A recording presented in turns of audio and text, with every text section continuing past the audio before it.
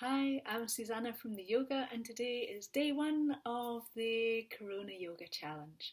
I'm going to send out some form of a questionnaire this afternoon. Not quite decided the format yet, but wait and see. It will be on Facebook on my webpage by 9 o'clock tonight. Very important, do please watch the videos. There's one on breathing, how your breathing is going to guide you, and how to adapt poses to make sure that you look after your physical health and your immunity as kind of priority at the moment. And what I'm going to do just now is the sort of yoga that I feel like doing. I'm self-isolating, mild cough, no big deal, no fever, not quite 100%.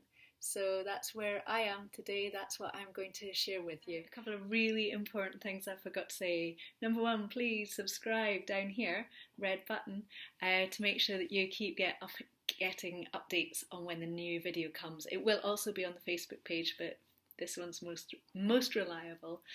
And the other thing is that on my website, www.theyoga.co.uk/health, is all sorts of contraindications. So you can look through if you know you've got high blood pressure, sore back, pregnancy, any of these things. There are loads and loads of things covered there. So have a quick look, check out what you have so you can adapt. So for instance, if I'm saying take your hands up overhead, you know you've got high blood pressure, you've checked my website, you've seen that best not to have your hands over your head for any extended period of time.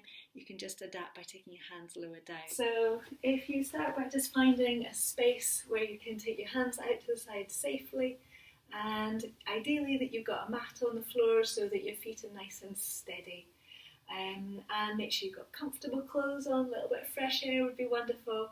And if you bring your hands in towards your heart, inhaling, you're going to let your hands come up towards the ceiling. Exhaling, hands are going to come out and down to the sides. We're going to do this a couple of times, so inhaling, hands come up, stretching up. Exhaling, softening through the back of the body. I'm just going to come onto my knees so you can see the movement of my hands better. Inhaling, you're getting a feeling of pressing into your feet, lifting underneath the rib cage. Exhaling, hands come down, hands soften, shoulders soften. Inhaling, pressing into the feet, getting a feeling you can make space all the way through the front of the body. Exhaling, softening through the back of the body. Do go at your own pace, faster or slower. Inhaling, thinking about extending out. Exhaling, thinking of softening back. So that we're working with the active and the passive. So inhaling is the active, the outwards. Exhaling is the passive, the soft.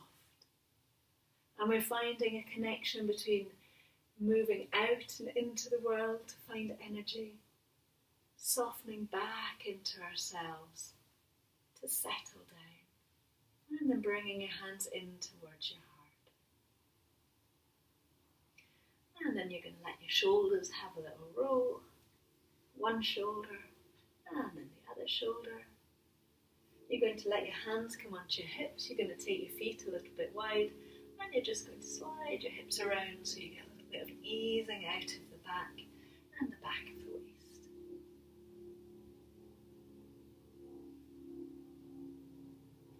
And bringing yourself back up to standing, and we're going to come into all fours. So thinking about when you come down to the floor, bending the knees, let the back soften, walking your hands out so that you come onto the floor comfortably.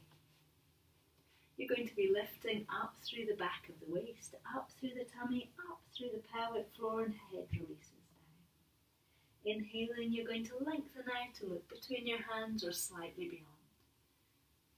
As you do this, think about the nice flow of movement up through the spine. As you lengthen out, think about space through the front of the body. Again, going with your own flow of breathing, breathing the way that feels natural for you. Looking for that nice movement up through the spine, so from the tailbone, through the back of the waist, through the back of the rib cage, into the neck. So all the way up, as if we move from the tailbone to the neck or to the head with each breath that lifts the back up.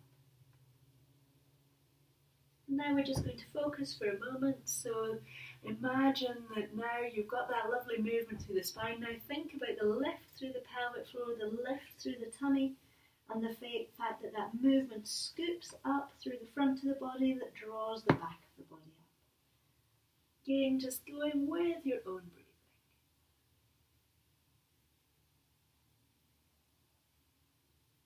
And then come back into a nice even all fours position. So from here, we're going to take a hand underneath the other. So it's as if you make a little bit of extra space between your hand and your knee. Other hand is going to be face up. You're going to post it underneath, and you might end up resting onto your elbow. You might extend your shoulder out and your shoulder might float. At this point you could take a block and just place it, or a book underneath your shoulder. It might be that you can slide your shoulder all the way down and onto the ground. If this is comfortable, you can start to extend your upper hand out and away and slightly draw your hips back. And what you're looking for is a nice stretch out across the shoulders. Easy breathing. And then bring your hand back in towards your face. Press down through the hand on the floor to slide yourself back up and into all fours. And then we're going to come through to the opposite side. So if you just stay where you are, I'm just doing this so you can see more easily. Same starting position, a little bit of extra space between your hand and your knee. Palm of the hand is facing up. You're sliding your hand through the space, coming down onto the elbow, onto the shoulder, just wherever feels right, and then sliding your hand out and away. Again, only if it feels really good. Hips can slightly sink back, and you come to that feeling of really steady breathing. Easy, comfortable breathing.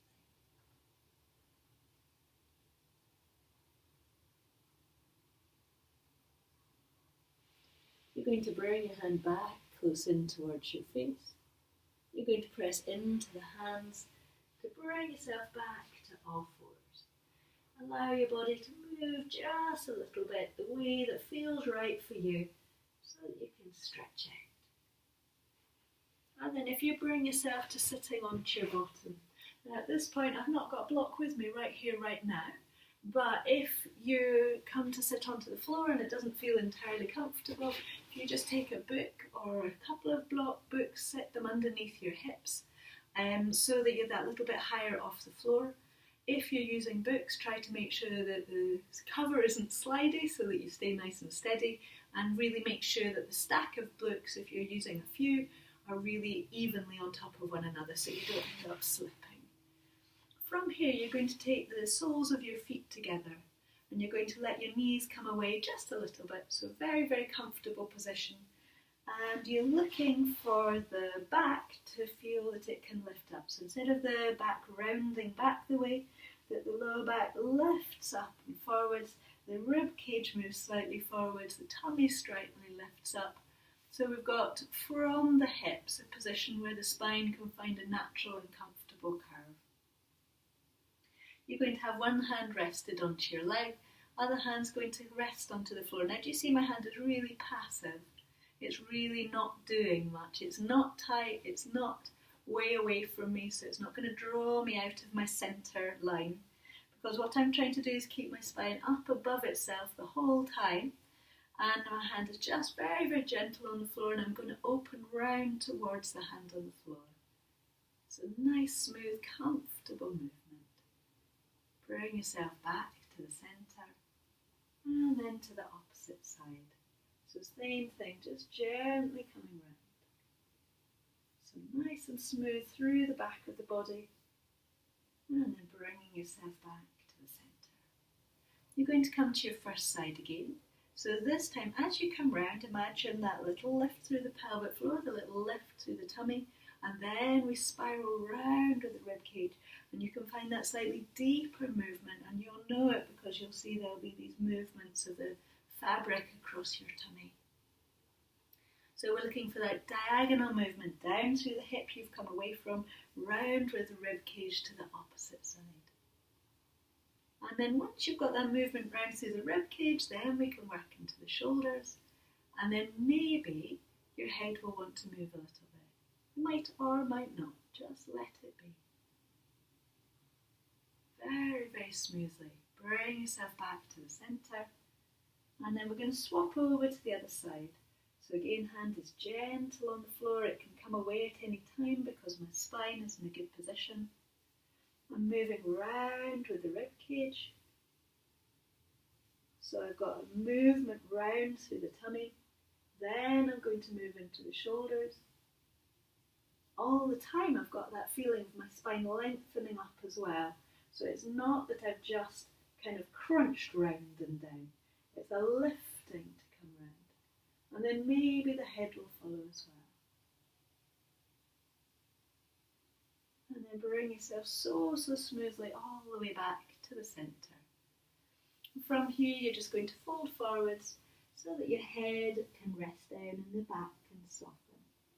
It might be that you're much higher, it might be that you just bring your chin in. But just go with what feels right for your back. And what feels right is a feeling of softness in the head, very, very comfortable breathing, and it should feel a little bit like coming home. It's that, lovely feeling of being able to rest down. And then bring yourself slowly up, walking your hands in to bring yourself back to sitting. Give your feet a little bit of a move around and let your shoulders move any way that you'd like. So this has been a really short and hopefully happy start to your daily yoga, so your Corona Yoga Challenge. Maybe why don't you leave information? Tell me, do you want it to be 10 minutes, 5 minutes? I'm not sure, because I'll probably make it somewhere in between the two. And I'm going to post this on Facebook, the Corona Yoga Challenge page. I'll put it on my website, which is theyoga.co.uk/corona. Obviously it'll be up here on YouTube. And I would love your feedback because I'm presuming this is going to go on for a while. So I'm presuming it's going to be really helpful to know what you would like. So I'd love you to let me know. So all the very best, and thank you for taking up the challenge. Good for you. Let's make world a little bit better, starting with ourselves. Thank you.